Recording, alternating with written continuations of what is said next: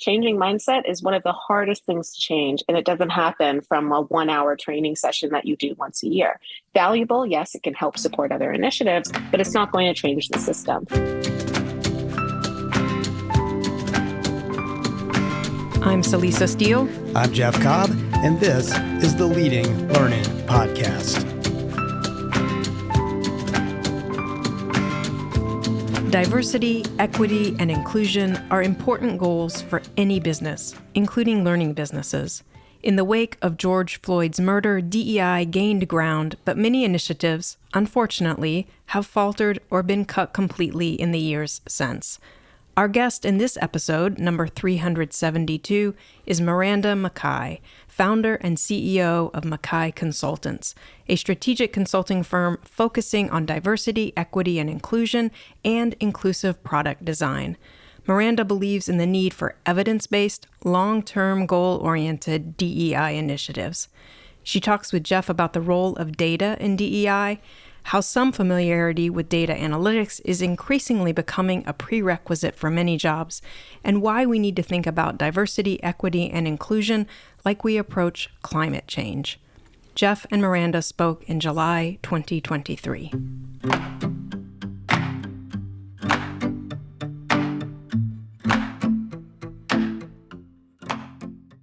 Diversity, equity, and inclusion, obviously a big focus right now across the business world, across society in general.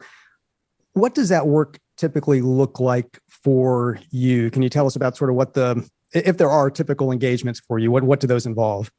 Yeah. So we really focus on kind of three things. The first being what we call design thinking and training. So we do a lot of work with organizations and supporting them on just kind of getting people upskilled on concepts of diversity, equity, and inclusion. And we use innovative, techniques to kind of do that, which I'm sure we'll talk about throughout this today. And the second piece, we focus on diversity, equity, and inclusion strategy and analytics. So this is really for organizations that don't really understand where to start, or maybe they have a challenge within their organization that they're trying to address. And what we do is we'll come in and support organizations in developing out their strategic plan as it relates to, obviously, diversity, equity, and inclusion, but making sure that intersects with all of the other different business domains within the organization.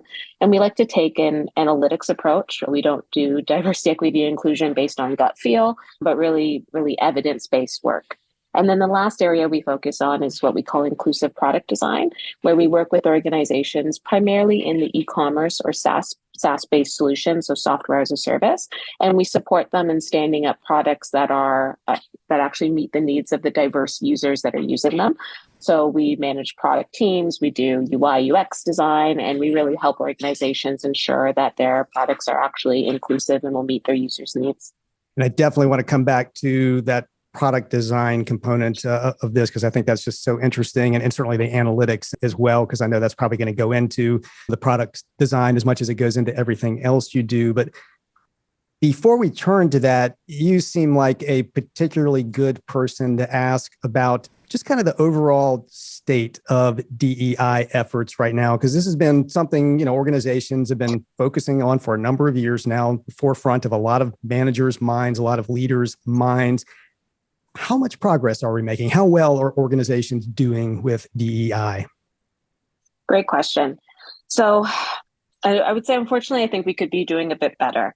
So, after the murder of George Floyd, you saw a huge uptake in everyone focusing now on diversity, equity, and inclusion initiatives. Customers, employees started really pressuring organizations to do something about all of the systemic barriers that have existed forever, but really kind of making sure that they're holding themselves accountable. So over the past couple of years, you saw a lot of initiatives come out. I think some organizations did have good intention, but a lot of them, unfortunately, were very much tick the box types of initiatives. And now what we're, essentially seeing is, it's not as popular in news anymore. So a lot of organizations are kind of removing some of those efforts. For example, the layoffs that we saw previously, the previous wave of layoffs primarily hit the diversity, equity, and inclusion space and HR space. Because I think what was happening was we highly sensationalized concepts of diversity, equity, and inclusion, and put all of these kind of tick the box solutions in place. But we're not actually looking at kind of sustainable goals and sustainable development. So if I give an example, Concepts of racism, as an example, have been historically a challenge that many, for years that we've had. You're not going to eradicate racism in a year, right? And when you would see a lot of these initiatives that organizations had, they were completely, one, not based on data. So they would say things like, we want an equal workforce by, the next 2 years. Well, when you look at the pipeline of people coming in, you're not necessarily going to be able to achieve an equal workforce by that time frame. So a lot of the kind of solutions that we saw just weren't, based on evidence. They were kind of meant to tick the box. And then as soon as attention has moved away from DEI, people have kind of forgot about those initiatives, which is really disappointing, essentially, that that's been happening. So yeah, I would say the state of DEI could be better. I always challenge organizations to think about diversity, equity, and inclusion in the way that we think about climate change initiatives. You'll hear something like, we want to be emissions free by 2050, right? Now, what is all of the infrastructure and the things that we need to be able to do to get to that goal? For some reason, DEI, we have these very short-term goals. Like I said, we want an equal workforce in 2 years.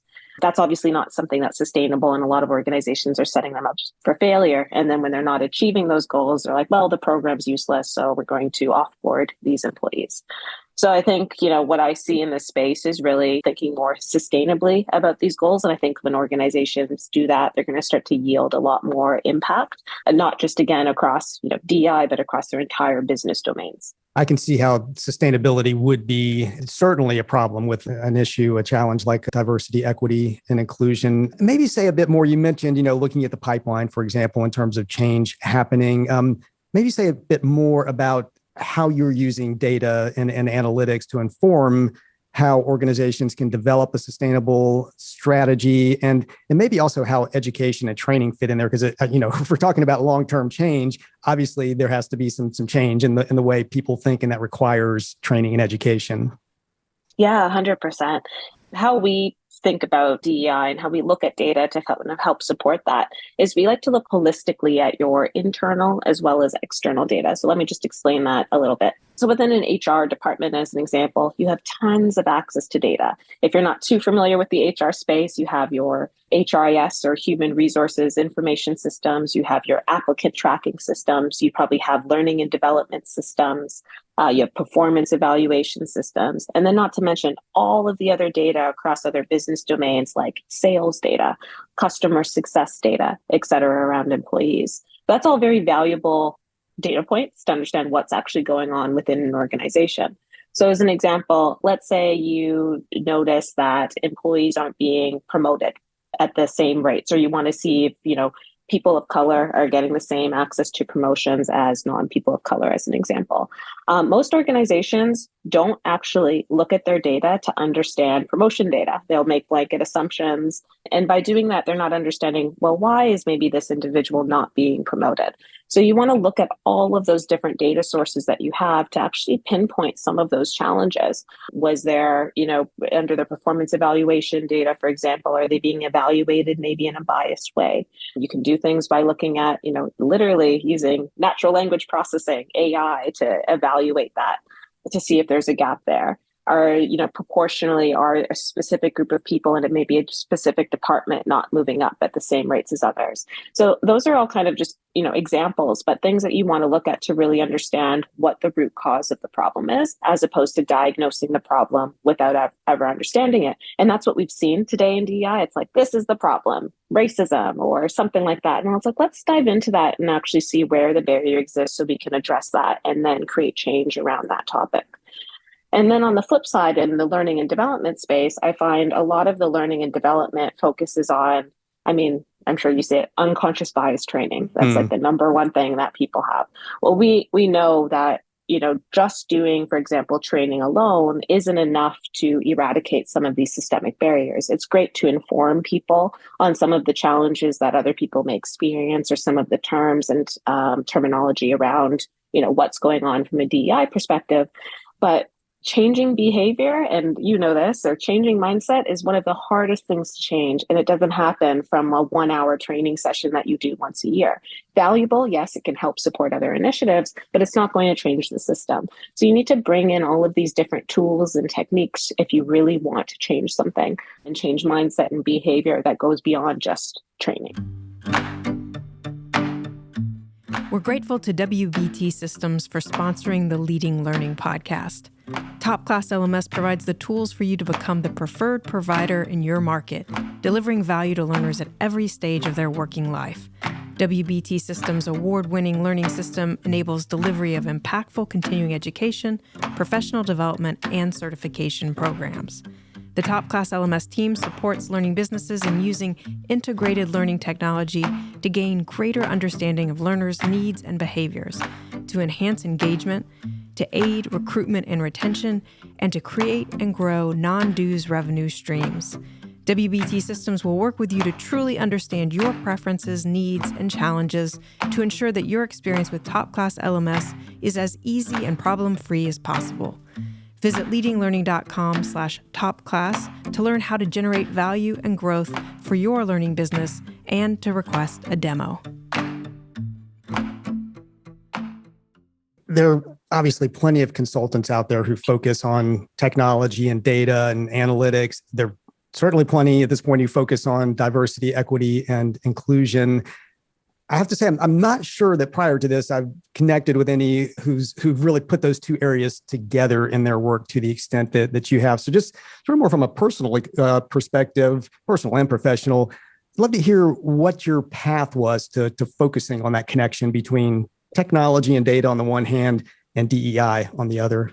Yeah, for sure. So I actually came from a technical background. I worked in management consulting as well for a number of years, worked for tech companies. And my background is actually in data architecture and engineering.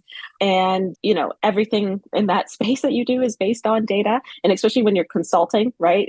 You can't present to a client, you need to invest this much in new data architecture without being able to show those key data points.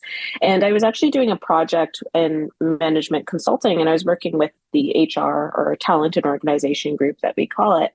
And they were defining different change management initiatives for employees. If you're not familiar with change management, essentially they were implementing a new system and they needed to train a ton of people on this system. And it was shocking to me that none of this was done using data. It was all just based off of, I think this person is a champion, so needs this type of training, whereas I think this person is technically sound and they need this type of training. They weren't looking at learning development or LMS data to understand where they stand. They weren't looking at their HRIS data, anything to really be able to say that these individuals would require this type of training to support their needs. And it shocked me.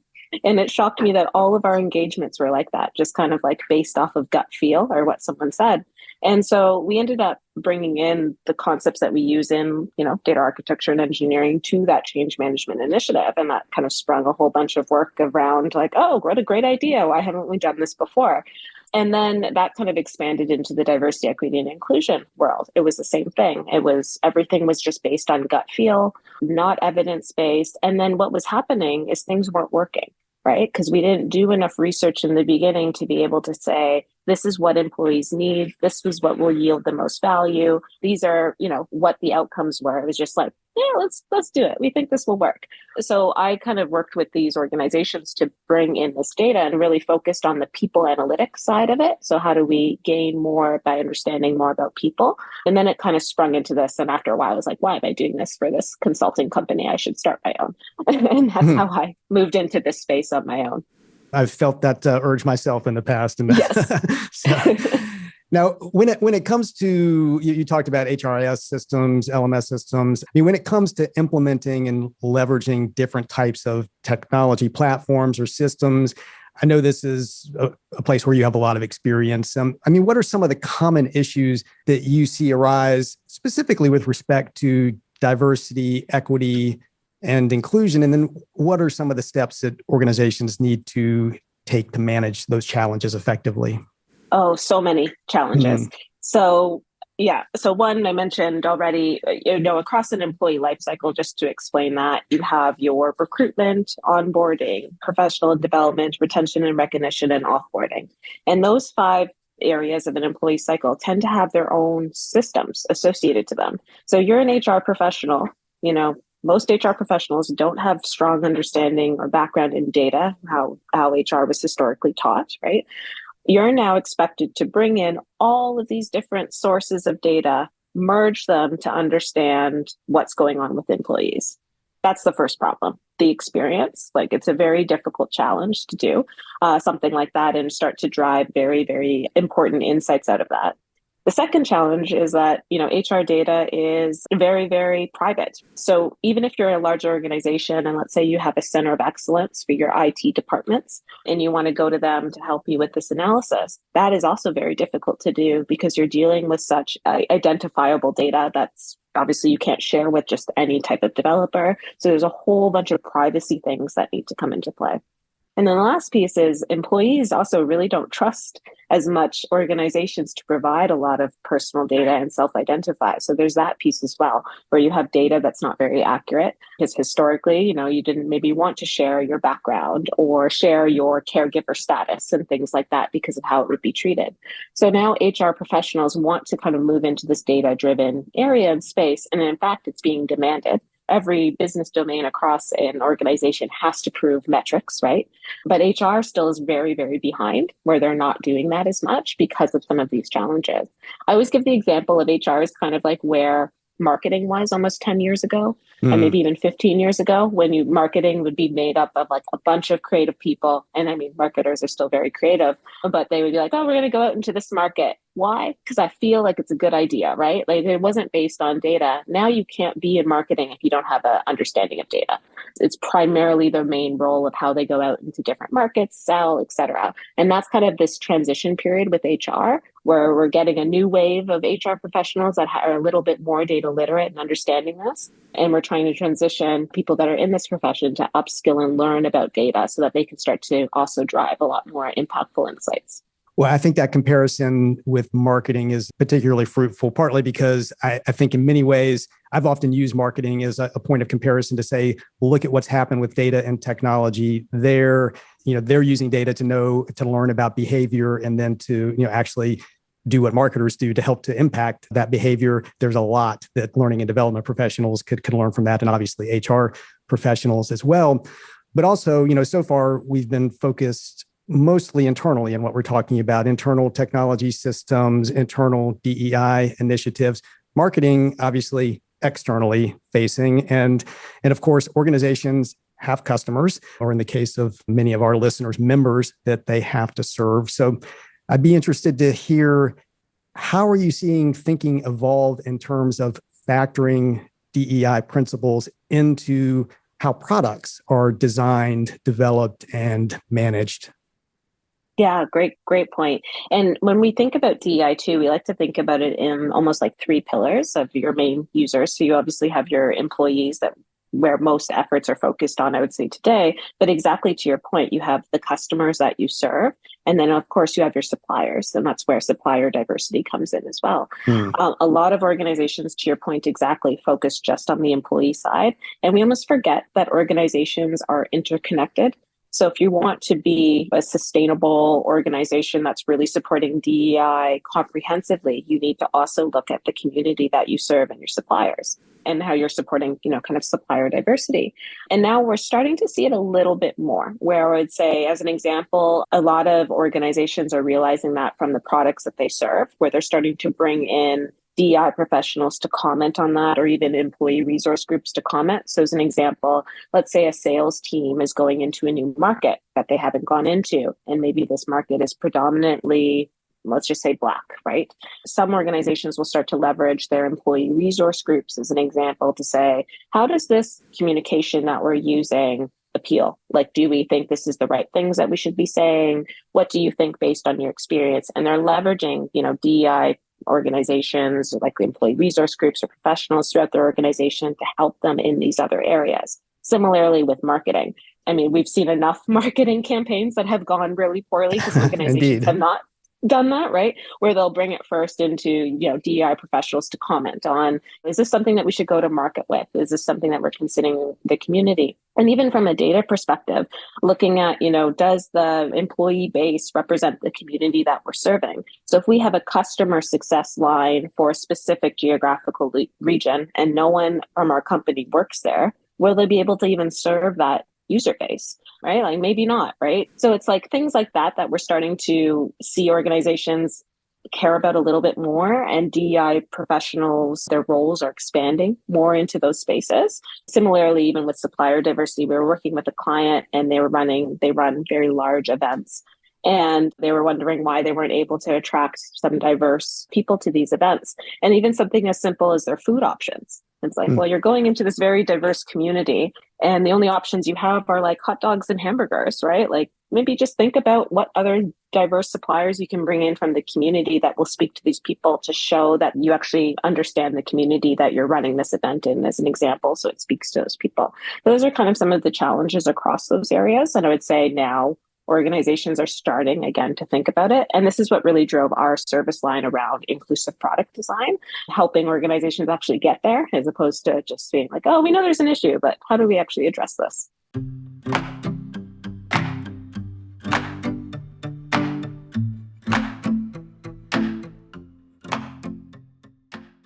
It's so easy to find places where things have gone off the rails. Are there organizations, though, that you think are doing particularly well at this? And it doesn't have to be a technology-based product, but I'd be particularly interested if you had technology-based examples that you could offer. Yeah, I think some organizations that have historically done this well, I always give the example of Salesforce. They were one of the first organizations to actually invest in diversity, equity, and inclusion before it was popular, like 2 years ago, where everyone started bringing in chief diversity officers. Salesforce has been doing that for years. And they did it for a couple of things. One, they realized that people were their largest asset, and that if they wanted to develop a really innovative product that would meet the needs of diverse communities, they needed people to do that. They were one of the first organizations also to publicly share a lot of their metrics internally, set up employee resource groups, and they leverage those groups for different markets that they go into, product development. You see a very, very diverse team. They've primarily done that very, very well, especially in the US. So I give them as a good example. There's also some organizations that have maybe not done so well. And just to give an example of that, where you sometimes see challenges around diversity, equity, and inclusion not being built in with the team, I would say, I'm sure you probably use Bluetooth in your car. Mm-hmm. Now, if you're a woman or identify as a woman and have a female sounding voice, you'll notice how difficult it is to connect with Bluetooth. Right. And then usually, the partner or the husband will say something and it connects automatically. That's such an example of an exclusive product. And what's happening there is the testing data that they're using to build a Bluetooth app, for example, is primarily using male voices as opposed to female voices. Same thing happened, with like Snapchat as an example, where you take a picture, if you're a person of color, your face doesn't show up as much as if you are, a person that's Caucasian, as an example, because the testing data they're using is primarily Caucasian people. So those are all examples where now you have a product that does not meet, like Bluetooth, as an example, half of your population, right? Women cannot connect to Bluetooth. They're not going to use the product. They're going to be angry about it. They're going to talk about it online. And, that's now pushing organizations to think about how they're leveraging testing data, as an example, to make better products. Well, that has me already thinking about artificial intelligence, which I want to make sure we talk about here in a minute. But before we get there, or maybe as part of the path to getting there, because it's relevant for our audience, the product is typically going to be some form of educational experience. That might be an event, a conference, might be a course, or it could even be less formal approaches like community and mentoring. And I know education and training are, a big part of what you do. What do you see as the particular challenges in ensuring that education and training experiences are able to serve diverse audiences and do it in an equitable and inclusive way? Yeah, great question. So I think there's a couple of things there. One is if you're developing a training program, especially on concepts of diversity, equity, and inclusion, or anything for that matter, I personally think, a lot of research has shown this too, that I think adults' attention span is about 20 minutes in terms of just listening to a consistent lecture.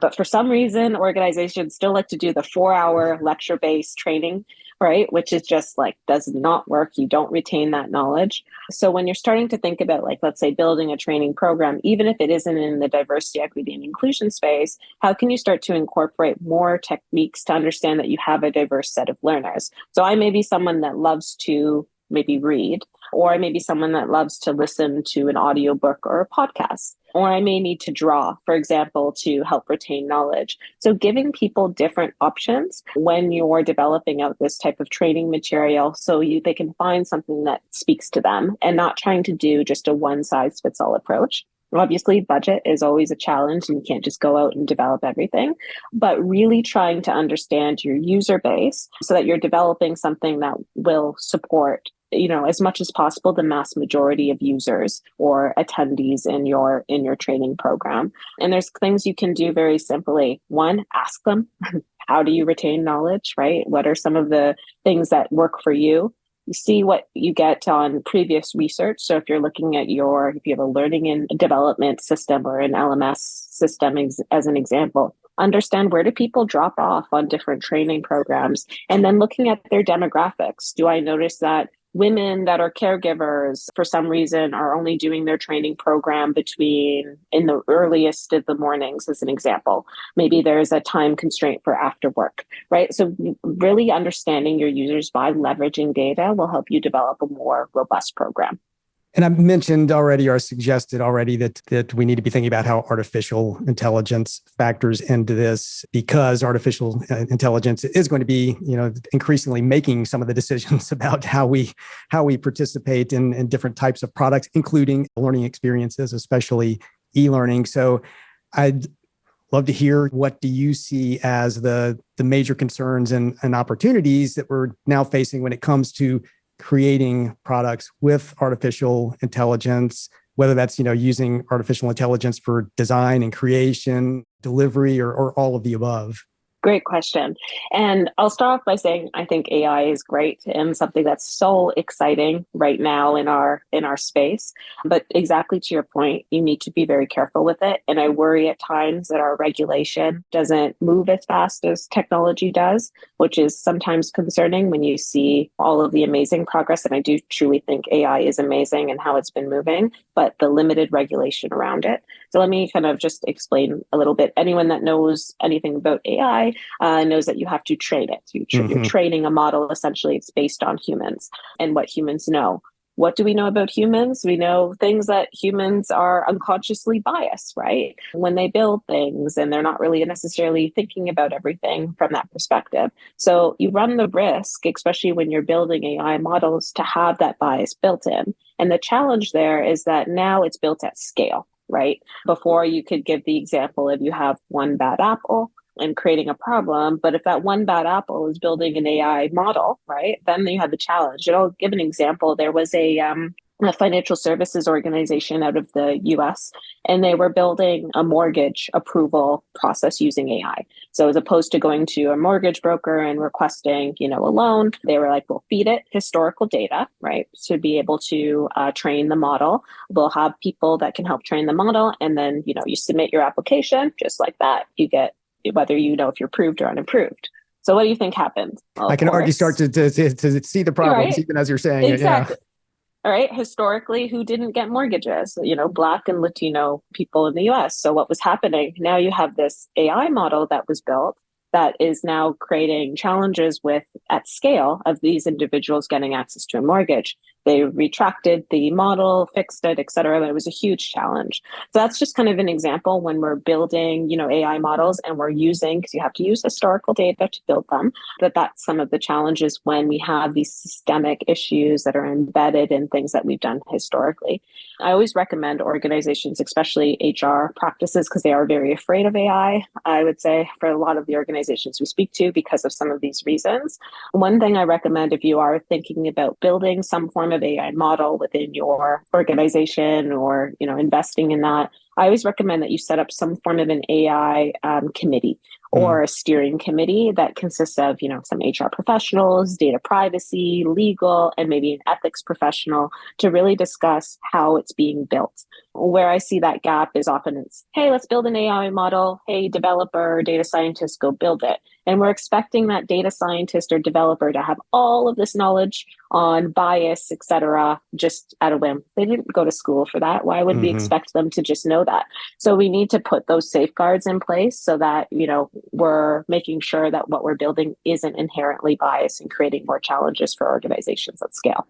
But to wrap up this conversation, I'll pivot us away from AI and machine learning back into human learning and specifically your own learning, because we are the Leading Learning Podcast. So we always like to ask our guests about their own approaches to lifelong learning. So I'll just put that out there. How do you approach your own lifelong learning?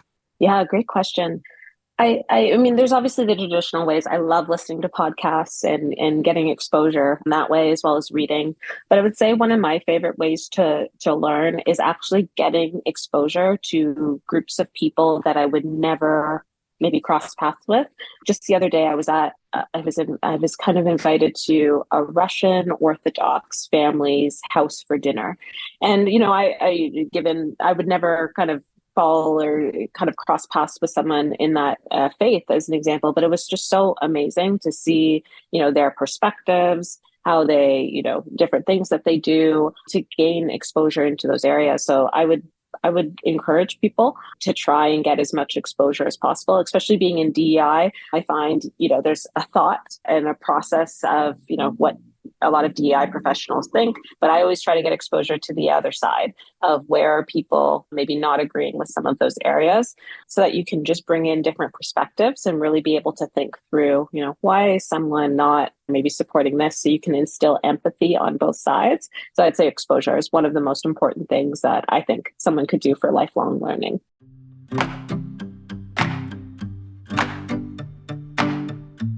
Miranda McKie is founder and CEO of McKie Consultants, a firm focused on diversity, equity, and inclusion, and inclusive product design. In the show notes for this episode at leadinglearning.com/episode 372, you'll find links to her profile on LinkedIn and the McKie Consultants website. So Lisa and I would be grateful if you would rate the Leading Learning Podcast on Apple Podcast or wherever you listen, especially if you find the show valuable, because ratings help us show up when people search for content on leading a learning business. And please spread the word about leading learning, whether in a one-on-one conversation with a colleague or a personal note or on social media. In the show notes at leadinglearning.com/episode 372, you'll find links to connect with us on Twitter, LinkedIn, and Facebook. Thanks for listening, and see you next time on the Leading Learning Podcast.